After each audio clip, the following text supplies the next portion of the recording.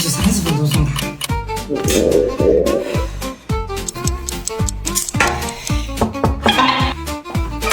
不好意思，路上车坏了，哎，没事没事。这咋吃啊？吃，重新点个炒饭，送的慢也不会拖。又得等30分钟，才9分钟，这次更快吧